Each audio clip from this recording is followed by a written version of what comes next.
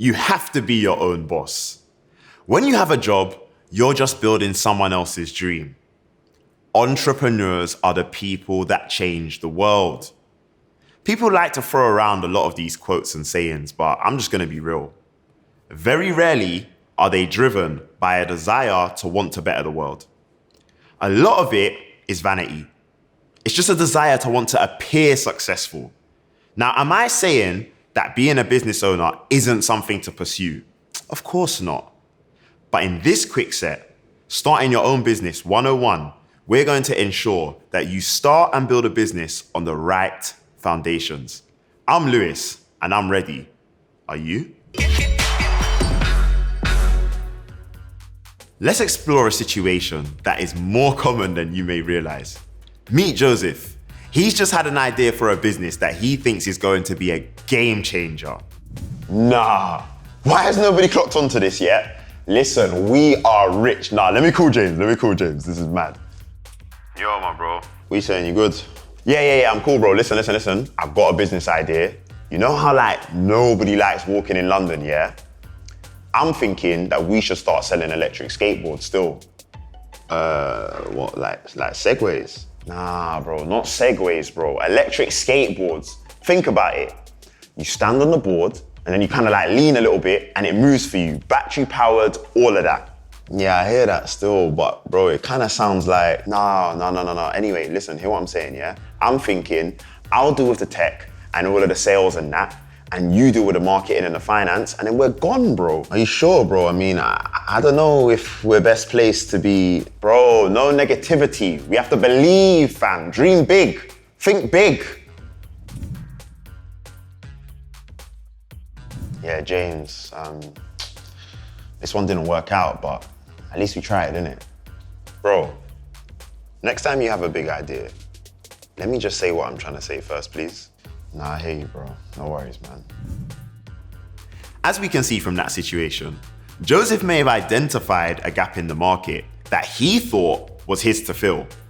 But if between him and James, they don't have or develop the knowledge, experience, capacity, or skill set, then the likelihood of their business succeeding is limited. Okay, so let's say you've done some diligent reflection and consideration about starting this business, and it's led you to the conclusion that you're going ahead. Where do you start? Well, one of the first things that people suggest you do is market research. Gaining information about the industry or sector that your business will operate in and understanding the customers in that space. This is great, but I'd also encourage you to consider something called the Lean Startup methodology. The basic approach of this methodology is that you build something that people can actually use. Once they're using it, you measure how effective it's being for those users.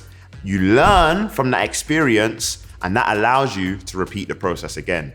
So that means that instead of just seeking masses of information before you take action, you gain direct feedback from real life customers whilst building the business. Then we have the advice that is given to almost everyone. Create a business plan. Again, massively admirable and a respectful piece of work to do. But what most people don't realize is that business plans are mainly needed if you're seeking some sort of financing. If you aren't looking for any funding or investments at the moment, then my suggestion would be to simply create a business model canvas. That allows you to map your whole business out on one page. And it's a lot more usable and flexible than a hefty business plan that we tend not to go back to and reference. Finally, everyone will tell you that building your brand online and gaining a social media following is vital. TikTok, Instagram, Snapchat, YouTube, all of that. If you can do well on those platforms, then well done. I'll be real though. I personally have built and run 2 successful businesses with very little online engagement. Depending on the kind of business you have, it might actually be better for you to be running exclusive, invite-only events that allow for you to launch new products and sell new services to potential customers and more. Relying solely on online engagement may not allow you to get the direct feedback and experiences that you need for your business. In-person promotion still works. Okay, now I need to get super real with you. If you're keen to start your own business right now, I want you to consider the following questions. Number one, what relationships within the sector or industry do you have?